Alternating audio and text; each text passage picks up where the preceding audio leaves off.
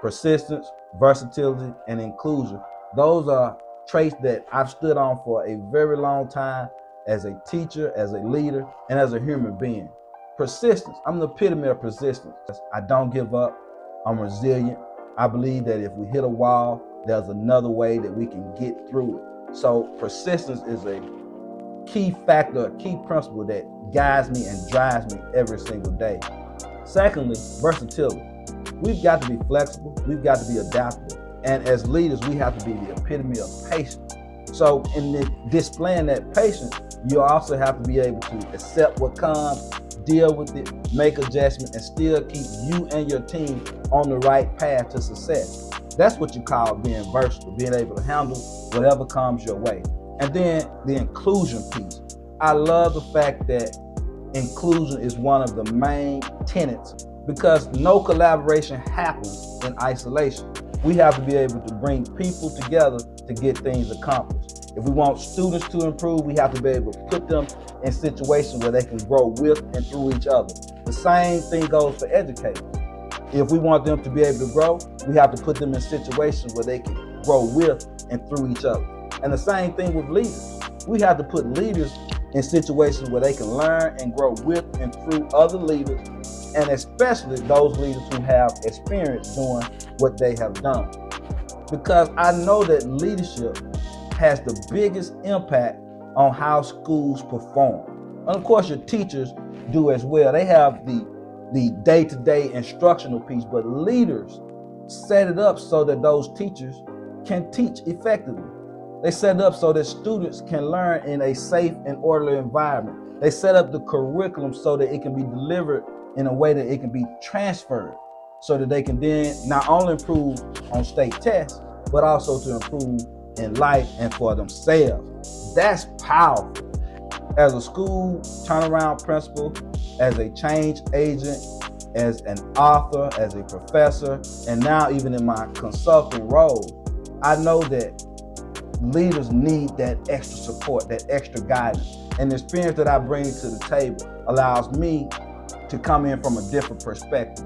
I'm coming in from a perspective of a former principal who has done the work, who has test scores, who has seen schools transform, and who actually believes in the power of transformation. I'm loyal, I'm dependable. I will make sure that everything is aligned with all those things that you already talk about to your leaders as well. I'm a team player. That's one of the things that I have always excelled at, being a team player. My journey as a leader, it's been roundabout, but I wouldn't trade it for the world.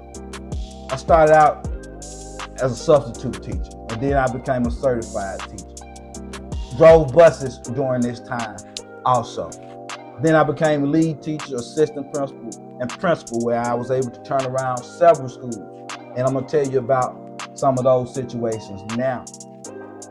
And that qualified me to actually put my frameworks into books so that I could actually help leaders. Starting out as that assistant principal, I came into a school that was lowest 15 in the state.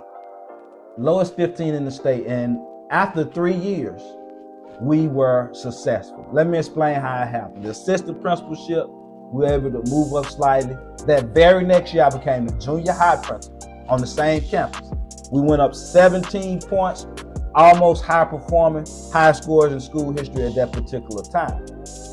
They then moved me the third year back to the high school where I began as assistant principal. We were able to move the high school up points as well. So I'm happy and thankful for that opportunity. And that was truly my first true administration position, where we were able to move 2 different schools in 3 years up.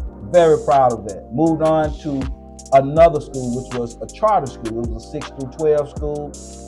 And we were able to prepare them for state takeover. So I had State Department officials and all other type of officials in with me every day. And one of the questions that they wanted to know was, how was I able to work with them so well? Well, and I told them that I was securing what I did, and I wanted to ensure that what they wanted in place was in place.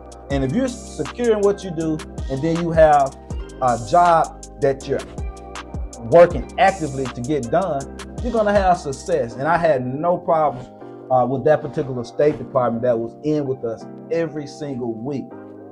From there, I got an opportunity to go back to the Mississippi Delta. We had some tragedy, so I went back to the Mississippi Delta, and at that time, I was able to help raise our school 20+ percentage points in 3 different subject areas during that second year that I was there. Larry Bell, educational pioneer, he actually put out scores on one of his brochures at that time, and I actually still have that brochure. But I'm proud of that because we put a lot of work into it, a lot of teamwork, a lot of collaboration, and just believing in the process. That granted me another opportunity to lead a school out of state takeover. So I had the experience of preparing a school for state takeover, but also I then got the opportunity to lead a school out of state takeover. That was a great experience also because you had to gather the community. You had people that did not want us there, but in the end, as leaders, you have to be able to influence. You have to be able to pull communities and people together for a common cause. And ultimately, we were able to do that and set that school up for success. We were able to realign the curriculum as well as use some of the misused or not used funds to put up a computer lab. So we were proud of the facility work also because leadership is also about not only about getting the test scores, but it's also about making your environment more pleasing and better able to learn for those that are in it. So that is crucial as well. When I think about the next situation, because we were able to prepare this school for state takeover, then I went to another situation where we were a D. They had been a D for a long time, but we were able to move to a B in the first year. The first B in school history in 1 year. And here's the thing, we were able to keep that B for 4 years thereafter.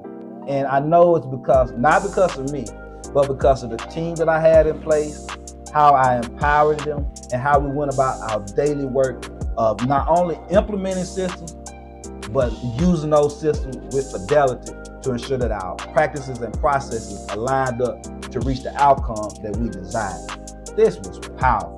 And even after that, I then went to a huge high school, went to a mega school. This one was like a medium school, but I went to a huge high school. And at that point, we rearranged the curriculum, set the school up for success. And that school now has gone from a D to a B as well. It didn't take 1 year in that situation, but school improvement, it's a never-ending process. It's a process that moves from year to year because the targets move. So, and we know that as leaders, we can't ever let up. We have to continue to be persistent. We have to have that versatility, and we have to make sure that everyone is included.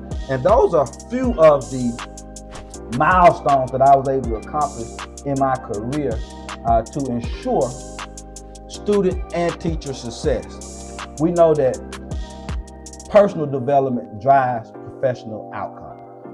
I'm gonna say that again. Personal development drives professional outcomes because the more self-aware we are, the better we are able to engage with teams, the more apt we are to be able to understand our talents and better able to accept the talents of others and use them to the team's advantage. So when I think about that, how I go about planning is, of course, and I have to revert back to Herbert Harris's 12 universal laws of success. When I think about how to bring something to fruition, it all begins with a feeling, right? It begins with a feeling, something that you want, and then it goes to a thought. Now you're thinking about it, and then it becomes a vision. Now, when you have a vision in place, and you start thinking about what it is your end goal is, it's time to set the goals. When I set those goals, 1, 2, 3, 4 goals, however many goals it is that align with the end purpose, I then want to think about going into action after I've done my planning. So after I've done my planning, I want to then go into action. I want to put it into action from there. And once you put your plan into action, the only thing left is the result. And if the results are not what you desire, That doesn't mean quit. That means be persistent. Go back, redo it a different way. Make those adjustments where you made the mistakes and ensure that you get it done.